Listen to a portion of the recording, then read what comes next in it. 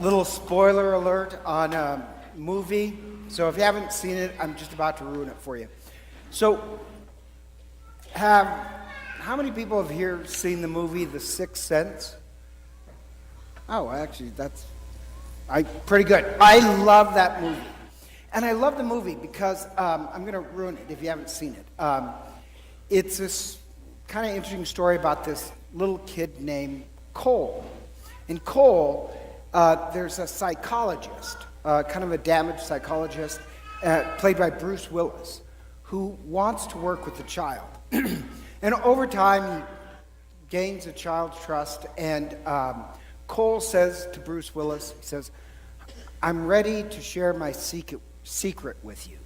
He says, "I see dead people." And Bruce Willis says, "You mean in graves?" He says, "No, walking around like regular people. They don't know that they're dead. They only see what they want to see." Now, that's just a great line. And then the movie goes off on kind of this other thing that's very interesting. But at the end of the movie, there's this great twist. Because at the end of the movie, you find out that Bruce Willis, the psychologist, is dead. And if you're watching the movie, it's kind of like, oh, I missed it. It was so obvious. And it really is. It's so obvious that he's dead. But you get trapped into just wanting to see what you've always seen. And it's so obvious this way. And it's kind of funny. It's just so embarrassing. Because it's so obvious that he's dead. You just missed it. That he's literally shot at the beginning of the movie. Hard to miss that one. And then little clues like you never see Bruce Willis interact with anybody else. The only one he actually talks to is the little kid. He always shows up in the same, even when he's with his wife, he doesn't talk to his wife. He always wears the same clothes. And kind of interestingly, every time a ghost appears in the movie, there's the color red shows up too. And afterwards, you're just like, I missed it. And then it hits you. The second twist is this. So, like I was sitting in this movie theater, and everybody's just stunned. Oh, he's dead.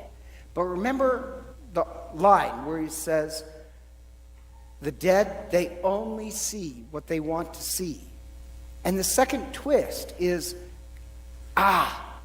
everybody in the movie theater, we only saw what we wanted to see. He was literally shot at the beginning. We only see what we wanted to see. And so, like, I wanted to yell out, we're all dead! But just I've had some problems with the police, so I didn't want that again.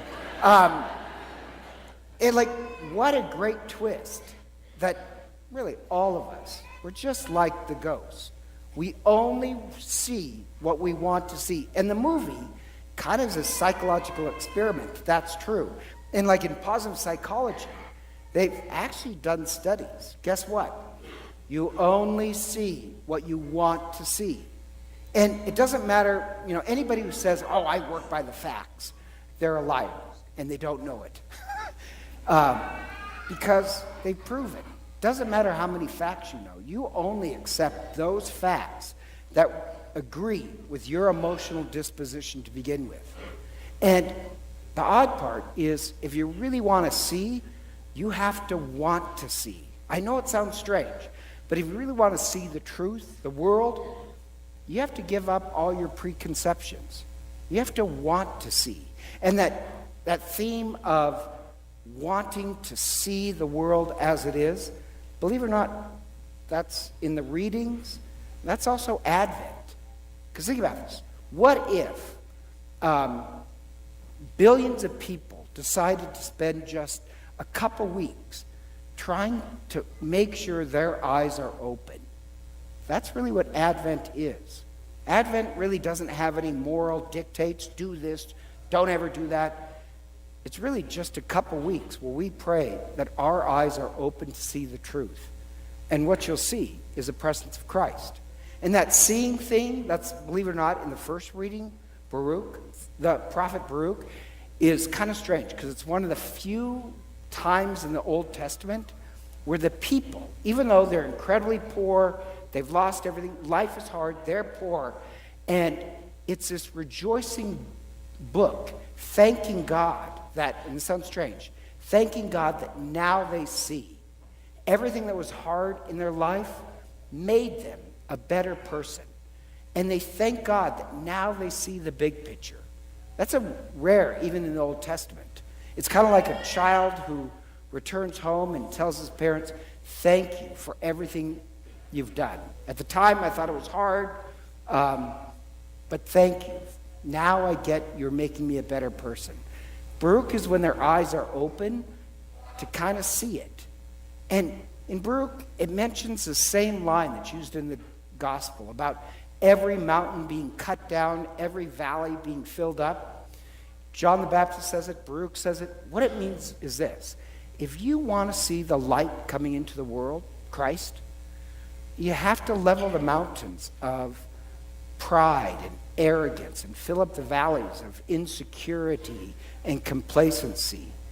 It really starts in your own heart, wanting to remove all those things, and then you'll see the light coming into the world. So that's why John the Baptist quotes it. And who are the people who show up in the desert with John the Baptist? It's simply those people who want to see the world as it is. They want to level every mountain and fill up every valley so they truly see the world as it is. And the patron saint of that is John the Baptist. You know, John the Baptist, he doesn't fit into normal society. He doesn't care about the status quo. That's why he's this wild man. He doesn't want to see the world as it always is. He's the one who wants to see it as it is. And our prayer is, we'll be like Baruch. We'll be like John the Baptist and truly be able to see the world. But the problem is, as I said, it's proven, you really don't. And the only way to be prepared is to get prepared. And there's this story, I like it, you might have heard of it, Gloria Polo, near-death experience. You can go on the web and search it. She's a doctor, and her, and I believe it's another woman, were crossing the street, and lightning strikes them both. God is striking down doctors. And the other woman, sadly, dies. And Gloria, she has, like, this is strange, her internal organs were burned, but she said, she tells in the story that suddenly it was like she was falling into a dark hole, and so she immediately cries out, "Lord, have mercy, I'm Catholic." Now, she admits that really as a teenager, she had not been back to the Catholic Church in years. And she said, suddenly there's this bright light in front of her.